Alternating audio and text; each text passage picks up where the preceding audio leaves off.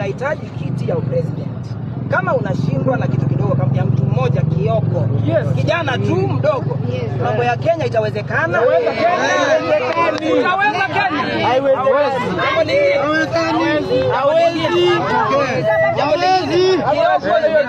Mtoto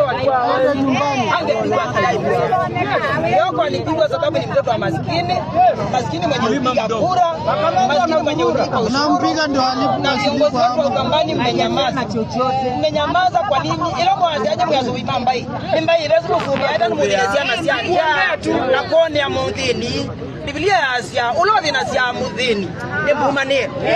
Wakati unamtesa Kioko unatesa Wakamba wote. Mimi ni supporter mkubwa wa Wavinya na ninapenda Wakamba, lakini mahali imefikia waja sasa tutaacha kusema hiyo one time tuseme two time. Mahali imefika tutaacha kusema hiyo one time maana hatusaidii. Tuwaseme two time tuone mtafanya nini.